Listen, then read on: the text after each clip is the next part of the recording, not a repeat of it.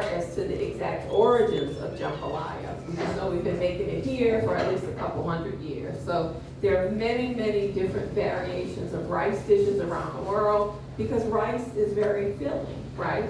So we came up with this one pot meal. Traditionally, everything would have been cooked. I think you're on, and I do open heart cooking. So, but you have to imagine, years ago, you're cooking on an open hearth or in a fireplace or whatever have you. You got a big family, right, or family and friends or whatever's happening, and you're going to cook in this big open pot. So this is where the idea of the one pot meal comes from. Where's my thing? That's not mine. Here it is. All right, so let's see what I got going on in this big giant pot to feed. How many of y'all got here? About 45? 45. So here we go. So this is what a big party would be like, right? This is what a big party would be like at my house. So we call this a traditional jambalaya, right? With the sausage and the chicken, and a lot of times you're also going to find shrimp in this dish. We call it traditional, but 100 and 200 years ago, they didn't necessarily put sausage and chicken in here, right? We're very picky in Louisiana, right, about our food. Y'all hear us complain about other people's gumbo and their jambalaya and all this stuff. But I always have to remind people, we don't know what the first jambalaya looked like, right? It probably had something like rabbit and raccoon in it. It could have been anything because you added what you had. You couldn't run to the grocery store. So even when I was little, we would go to, the fresh market was an actual marketplace where you went to buy fresh fruit and vegetables and meat and different things like that. All that, of course, has changed today. So again, these are the basic proteins that a lot of us will add to our jambalaya, but you can add whatever you have or whatever you like in actuality. Now, when you send me the picture, I don't want to see all kinds of funny things, sitting in your jambalaya plate. Kind of stick to what we're doing here so that we can check you off and send you your diploma. But anyway, this is a basic smoked sausage. Now, we are going to use andouille in the gumbo. You can certainly use andouille in this as well. Whatever your favorite sausage is. What if you don't eat sausage? What if you don't eat meat? Then what? Can you just not have it? No way. You can still have it, just have the vegetables in it. So we used to eat something that my mother called field pea and ham jambalaya. And I believe that that is an offshoot of a Cuban congri. So we had a large influx of Cubans here in the early 1800s, and they would have brought their foodways with them. The Cuban congri is going to be field pea or beans with rice and maybe a little ham, Hi. Is he with y'all? Yes. Okay. I'm like, who is this? So, but anyway, you also have the paella, so there are many different influences going on here. But if you wanted to do like beans and rice, that's perfectly fine.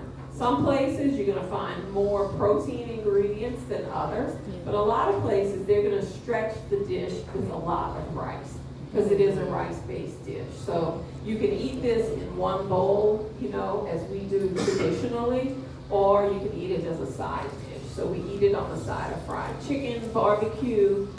There's even a popular po' boy shop in town. It's called Parkway Bakery, but they do like all po' boys, and they'll serve it as a side dish. So you have this big, long, breaded sandwich with like a bowl of rice. Why not, right? Why not carbohydrate it up? So I got my sausage browned. I'm going to go ahead and add my vegetables. And this is part of the reason I wanted to really start over here because, two things about our food. We do season our food well, but we also believe in flavor development, right? Like we'll cook things all day long. Like if I were at home, my gumbo would cook like a minimum of 1 to maybe 4 hours, and that's for flavor development, which brings me to seasoning.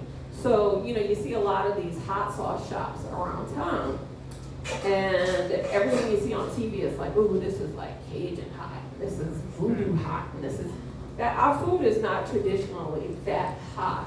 That's very late modern history.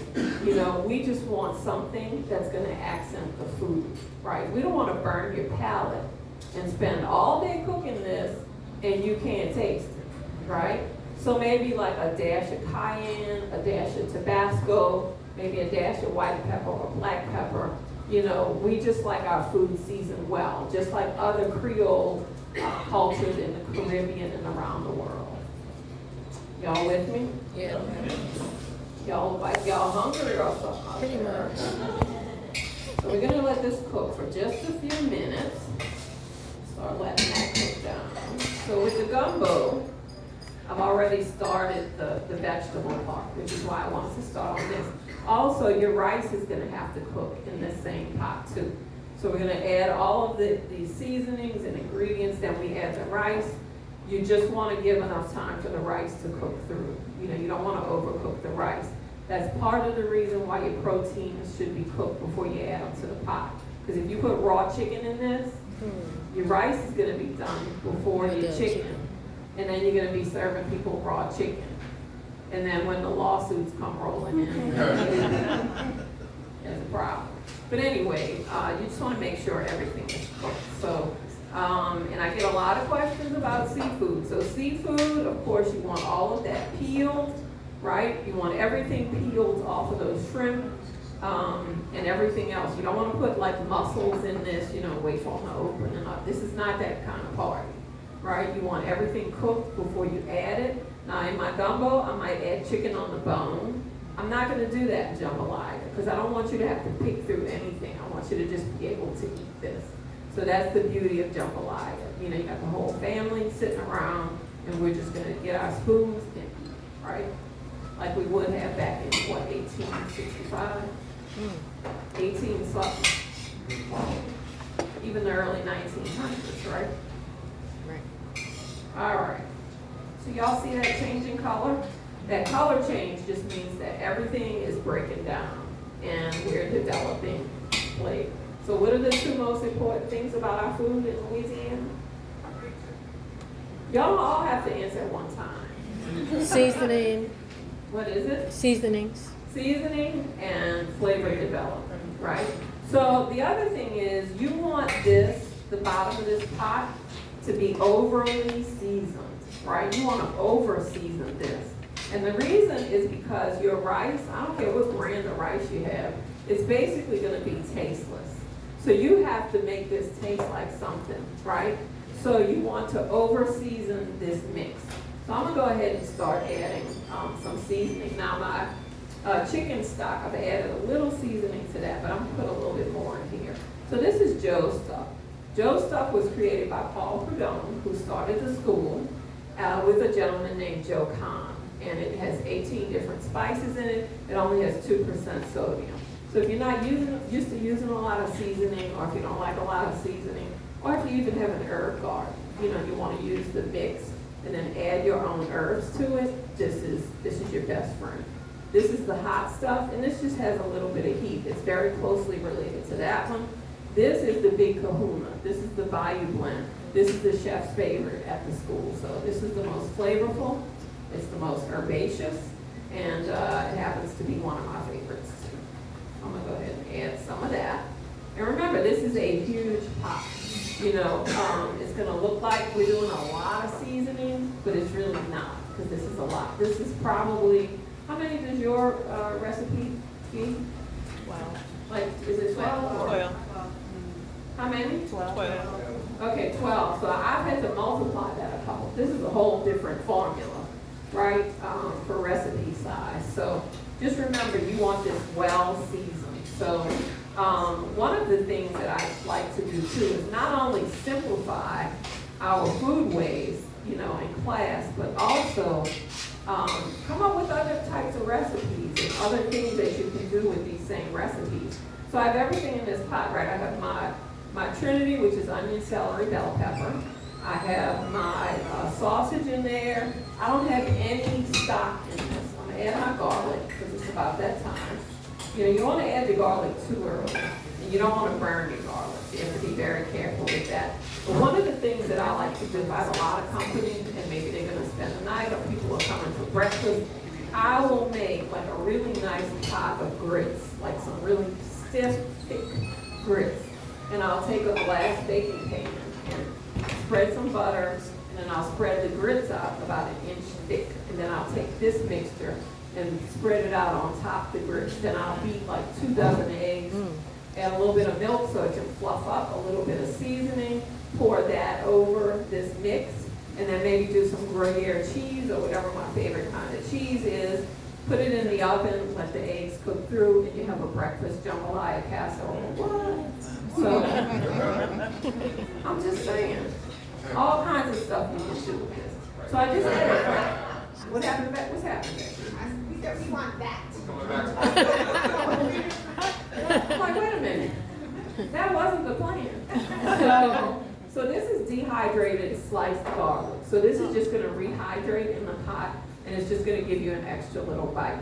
It's not exactly the same as fresh garlic, but you can use it in addition to, or you can use it instead of, or on those days when you just don't have garlic in the house, you can certainly use this.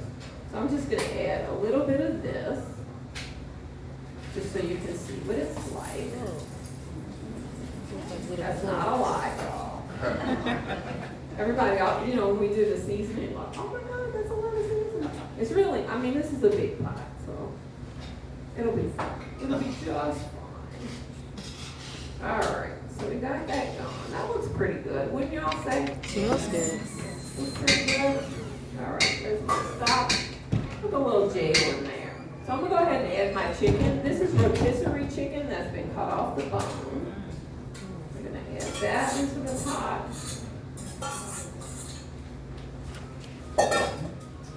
Mix that all together. This looks more like a big cauldron though. Double trouble. Fire burn.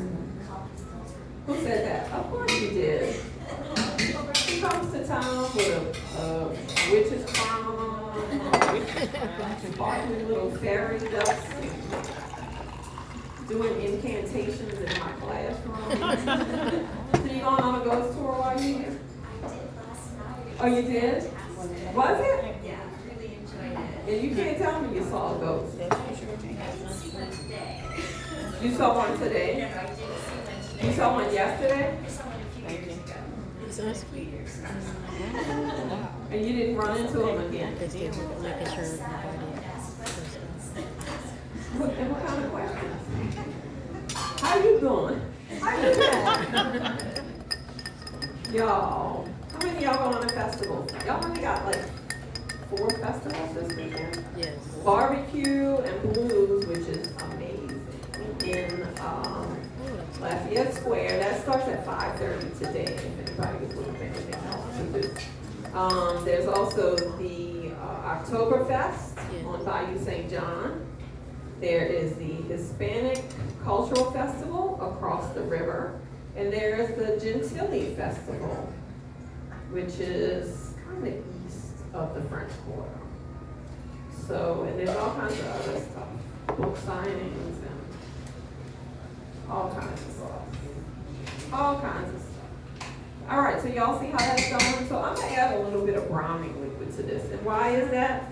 Just to make it a little prettier. It's like when you make, yes. What did you just add? That's broth? Yeah, this is chicken stock, and I added a little bit of browning liquid to the chicken stock.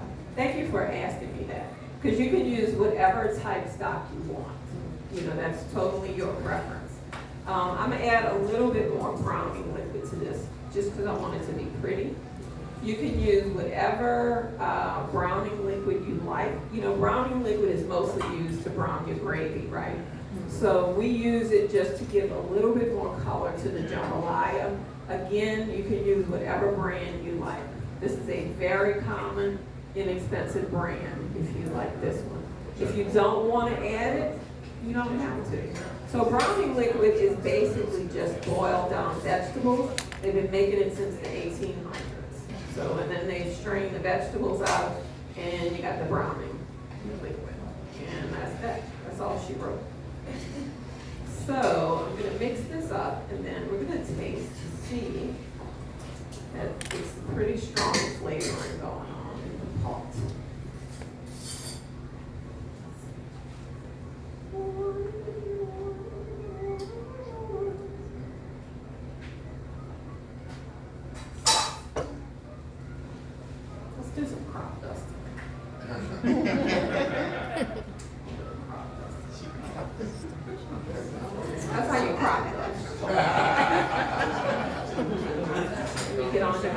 right up.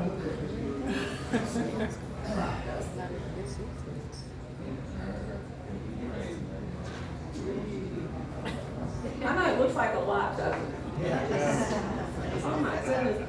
The other thing I want you to remember is these are 2% soda. So Okay. I encourage you to try them at your table.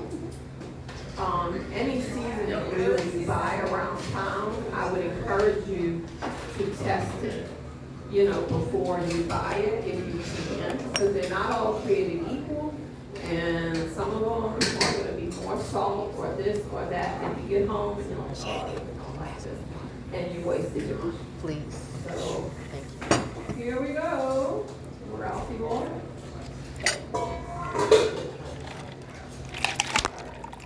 We're gonna mix this up.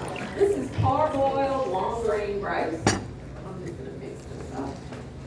Y'all see that? All that fabulousness there.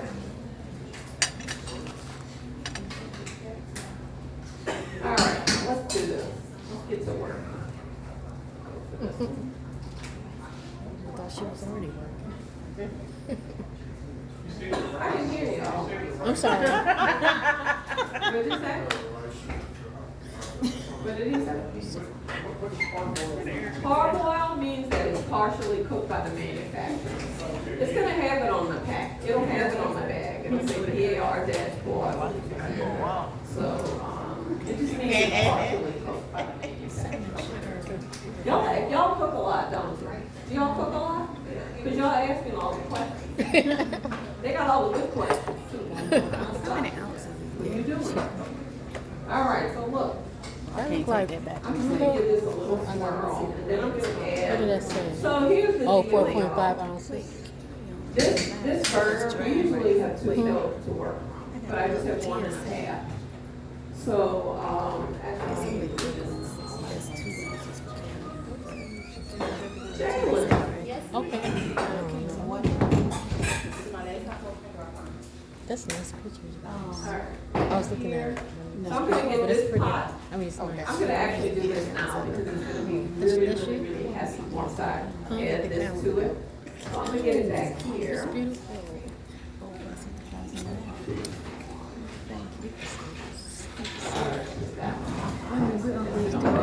So this is basically it. I'm just gonna add some more stock when I get it back there, and then somebody is gonna give me 35 minutes on the clock. Oh, there you are. I'm recording. I got it. I can't do this. This is Keith, y'all. Hi, Keith. You're like, whatever. All right.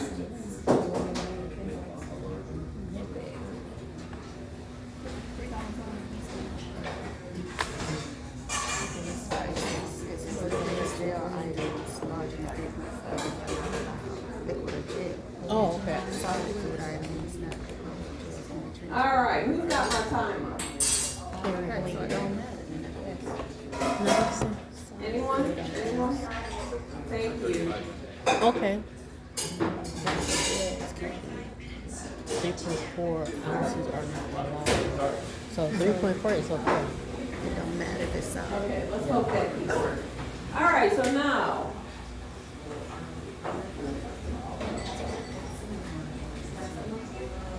All right, so now we can now we're gonna do some gumbo. Y'all ready for gumbo? Yes. Well, we gotta make it first.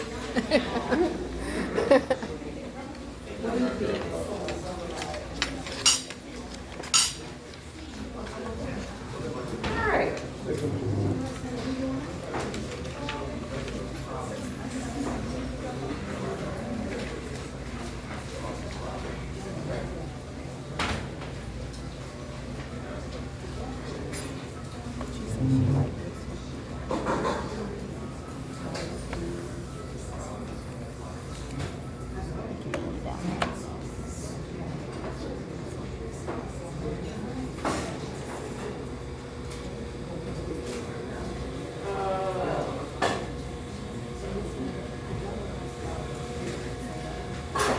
All right, ball of confusion. All right, so y'all, are you all your guide. So let's talk gumbo. Go back to your first recipe. Are we there? Yes. All right, very good. So gumbo. The word gumbo comes from the African word for okra, which is kingula. The okra seeds were brought over from Africa in the early 1700s. We know we've been eating gumbo since the 1760s because there's a court case, there's a document where it talks about a lady who was making a pot of gumbo. So we have that documented, that we've been eating gumbo that long. We believe now, though, that gumbo does not have to have okra in it. It's basically a thickened soup with certain flavorings in it. So you can either use the okra to thicken it, you can use the root to thicken it, you can use a little bit of filet at the end, or when you serve it, and that'll help thicken it just a little bit more. Y'all with me? Yeah. Filet, though, in no way takes the place of root or okra. And that's because if you put too much and you put it too early and you really try to thicken it up, it's gonna make it just really not good. It's gonna make it too heavy and too thick. It's not gonna work out well. You can't necessarily just add stock to it at that point. So this is really more like a very light flavoring that will mildly thicken at the end. Y'all good with that? All right, let's talk about root. So, before the French decided to colonize what is now known as Louisiana, there were thousands of indigenous people here. There were many different tribes, and the tribes spoke different languages. The area was referred to as Bolbancha, which meant land of many tongues, because you had all these, they spoke all the different languages. Here we go.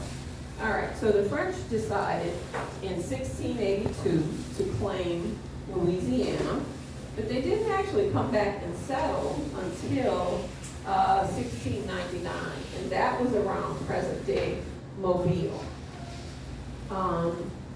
And on that day in 1699 in Mobile, they celebrated the first Mardi Gras. So here we are. It wasn't until 1718. There's no video footage of me. I'm sorry. No video. Oh, You can take as okay. many pictures as you want. Okay. Just no video. I'm sorry I didn't mention that. In 1718, the